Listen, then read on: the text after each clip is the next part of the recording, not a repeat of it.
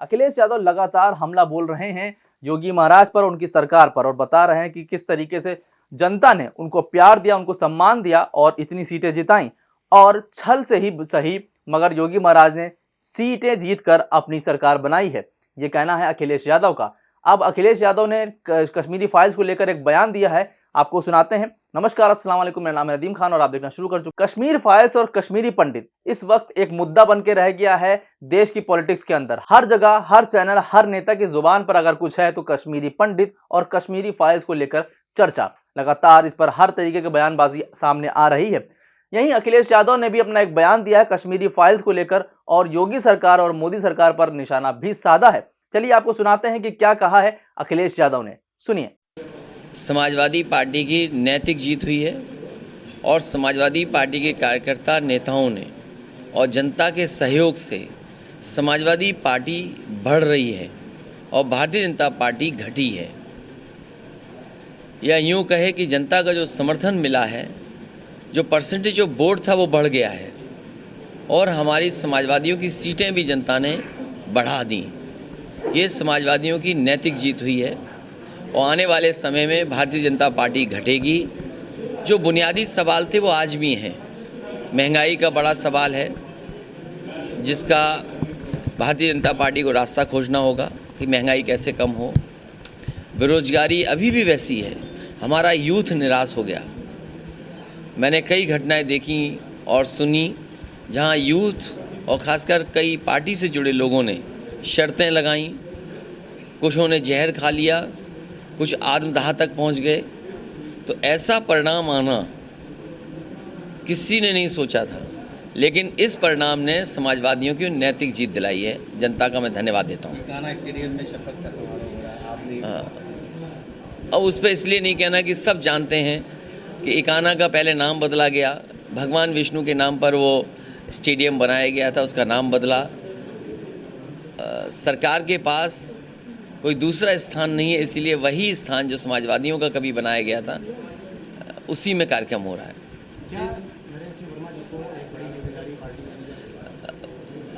भविष्य में संगठन और सदन में जो कार्रवाइयाँ होंगी उसमें ज़रूर उनकी भूमिका आपको दिखाई देगी। मूवी को लेकर बड़ा विवाद चल रहा था, कश्मीर फाइल्स को लेकर। ये फिल्म या कश्मीर फाइल्स पे, और आप तो पड़ोसी ज़िले के हो, अगर कश्मीर फाइल पे फिल्म बन रही है तो कम से कम लखीमपुर फाइल्स पे भी फिल्म बननी चाहिए। ये पड़ोसी ज़िला जहाँ पर जीप से किसानों को कुचल दिया गया था, समय आए और लखीमपुर फाइल्स पे भी फिल्म बने। 11 मंत्री आ रहे भाजपा के, उसके बाद कहते हैं कि हमने भारतीय जनता पार्टी को उन्हीं बुनियादी सवालों का जवाब देना होगा। महंगाई, 2/3 से ज़्यादा समर्थन समाजवादियों को मिला।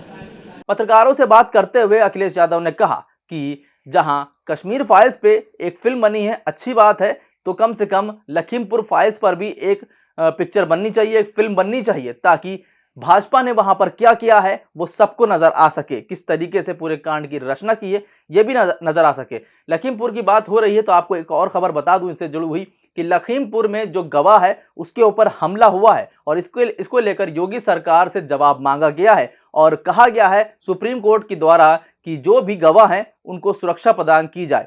ये तो वही बात हो गई कि बिल्ली से कहा जा रहा है कि दूध की रखवाली करो, सबको पता है। और इसको लेकर राकेश टिकैत भी कई बार कह चुके हैं कि जमानत मिलने के बाद कहीं ना कहीं गवाहों के ऊपर हमले हो सकते हैं, उनको बहलाया बहकाया जा सकता है, उनको डराया धमकाया जा सकता है और उसकी तस्वीरें अब सामने आने लगी हैं। कहीं ना कहीं देखा जाए तो उनके बेटे जो आशीष मिश्रा हैं, उनके पिता अजय मिश्रा टेनी गृह राज्य मंत्री हैं।